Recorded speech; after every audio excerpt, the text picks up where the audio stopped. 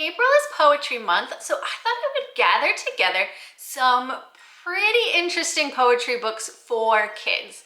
Now, I've done a few poetry videos before, and I'll leave those linked in the description box down below.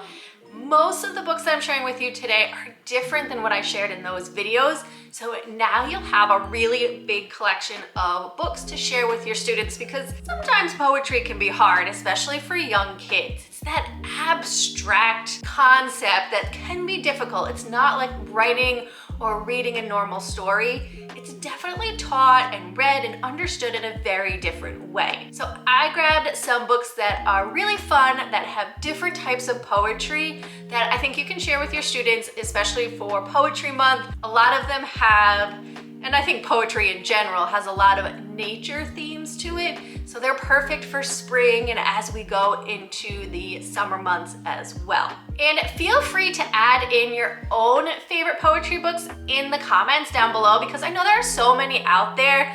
I just grabbed a few, and I did the research on books that I wanted to use first. Then I went to the library and I actually pulled even more from the shelves at the library, and I had to put a few back.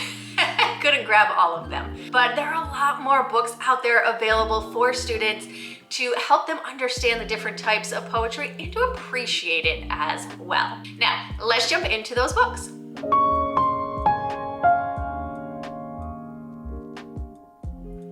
The first one I have is Silver Seeds by Paul Paolilli. This one has acrostic poems in it, which I think are easier for students. It gives them that framework, that simple framework of the acrostic to work with when they're writing their own poem.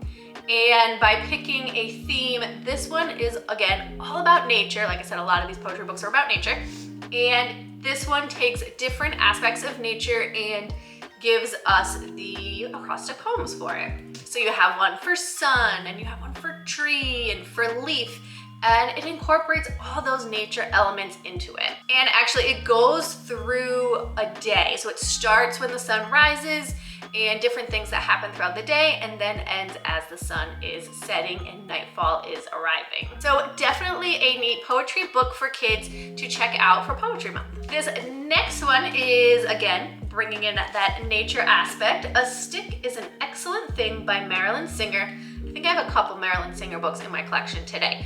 So she has some great poems for kids. This one is poems celebrating outdoor play.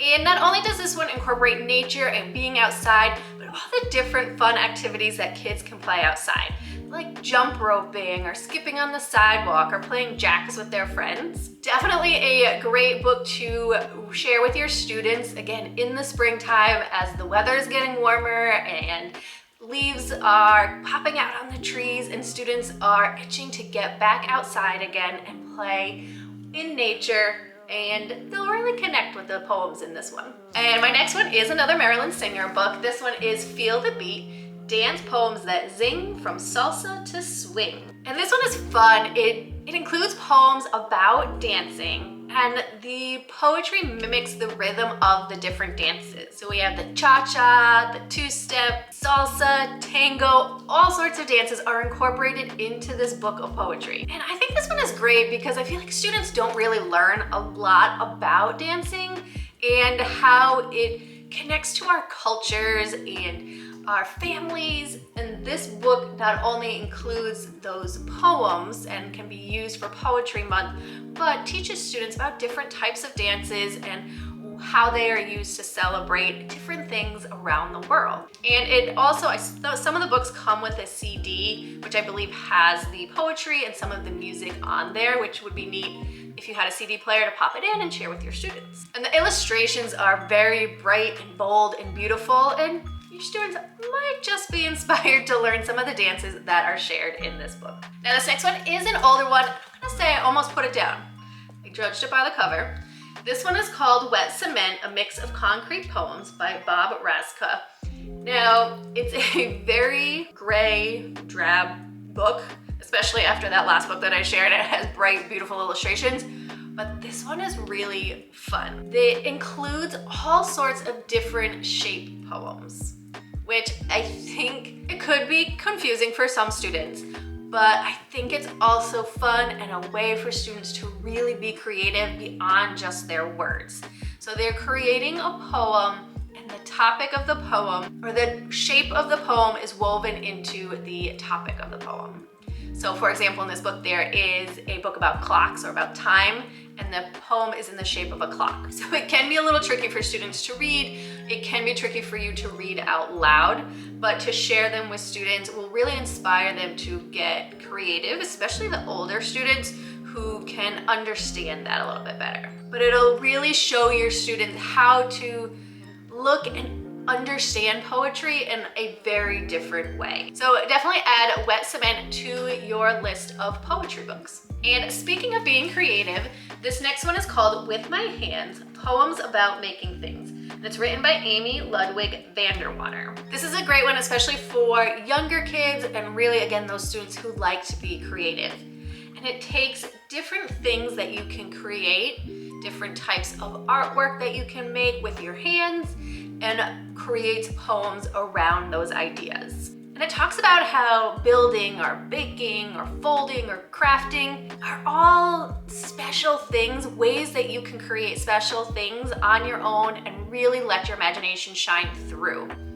And which I think is kind of what you do with poetry as well. You have that imagination, that creativity to create poems, and it really connects the two concepts of being creative with your hands, but also creative with your mind as well. And your students will definitely be encouraged to create something on their own after reading this book together. And this next one is very interesting. This one is called Mirror, Mirror, also by Marilyn Singer. Told you I had a lot from her collection today. This one would be great if you are doing a unit on fairy tales. So in this book, the fairy tales are turned into poems. They're short poems, but then the poetry is flipped. So it starts, the first poem has it all the way through, and then the second poem on the same page starts with the last line and goes in reverse order. And while it's a similar poem, it tells a slightly different story than what the first poem said. And it puts, like I said, a little bit of a spin on it. And so you'll see poems in here about Snow White and Rapunzel and Sleeping Beauty. So it would connect really well if you were doing a fairy tale unit. And it's interesting for students to see that poem with the same exact words, same lines, just in reverse order, and have them compare and contrast the two poems. Very interesting technique, a very interesting take on poetry. Our next book about poetry will be great for the scientists in your classroom. Again, we're going to incorporate nature. This one is Cricket in the Thicket, Poems About Bugs by Carol Murray. Now, there are lots of different bugs that are introduced in this book, and there's a poem about each one. But what's also neat is it gives some factual information on each page about each one of those books. Great tie-in to your science curriculum if you are teaching a unit on bugs or insects. I always like when I can tie in a reading subject or writing subject with science or social studies as well. I feel like students really grasp onto the concepts that much better. But I think your bug lovers in your class, and even those that might not love bugs, will definitely enjoy this collection of poetry. Up next, we have a book called Fresh Picked Poetry, A Day at the Farmer's Market by Michelle Schwab. This book of poetry takes its readers through a day at the farmer's market, at an urban farmer's market, and what they might see, what they might eat, what they might smell, who they might interact with. So it really immerses the reader in that experience of a farmer's market through the use of poetry. Another great poetry book to add to your collection. Now, one thing I find is helpful when teaching students about poetry is finding concepts that they can connect with. Because as I mentioned before, it can be such an abstract concept. So thinking of ways you can tie in things that they enjoy or things that they experience on a daily basis will help them understand it better. So that's why I grabbed this one, There's No Place Like School by Jack Perletsky. Not only is it a fun, silly book, but all of our students experience a school day every day. And so this is something that they can really connect with. They will laugh along with these silly poems, but it's great to even start your school year or use it during poetry month. But it has poems about things that they know something about. It talks about recess and waiting for recess to come and things that happen in the lunchroom and show and tell. So all those things that they're experiencing during their school day are brought to life through poetry in this fun book that I think your students will love. Next, I grabbed this one off the shelf. It wasn't in my original research. I didn't actually know about this book, which some of my favorite authors and illustrators in this one I have found in personal experience, and I know it's not true for everyone or every classroom, but boys are a little more hesitant to grasp poetry or to be interested in poetry. I have found that in my both 2nd and 5th grade classroom. So this one is called Haiku, A Year of Haiku for Boys. So I thought this one would be fun. Oh, this one's by Bob Raska and Peter Reynolds. So I thought this one would be good to pull in maybe your more reluctant readers or reluctant writers when it comes to poetry. And this one goes through the seasons of the year. I don't know if I'm not sure if there's 52, like one for each week, but there's quite a few in here. And they're short, quick poems, because that's what a haiku is. And all things that will interest the boys and the girls in your classroom. But again, bringing in that nature aspects, a lot of outdoor activities that your students can connect with, and we'll pull them in with those topics that interest them. So a great one to maybe even kick off your poetry unit for anyone in your class. So even though it says for boys, it can be for anyone, and even the girls or anyone in your class will connect with these ones. Another set of fun poetry books. And speaking of haiku books, this one is one of my favorites. I know I've shared it on here before, and I have some activities to go along with it, which I'll tell you about in a minute. This one is called Dogku, and it's written by Andrew Clements. In this story, there's a stray dog who wanders into a family's yard. They kind of pull him in and take care of him, and he really enjoys being with this family and how they're taking care of him, but then he starts to worry, especially because he makes a few mistakes along the way. Are they going to keep him? Does he get to stay with them, or are they going to kick him back out to the curb? This one tells a story, whereas not many of the other ones I shared, maybe the farmer's market one, don't tell us. This one tells a story through poetry, through haiku poems. It might make an easier transition for students to have that story format and to be able to see the haiku poems. There's a haiku poem on every page. But I mean, the puppy's really cute.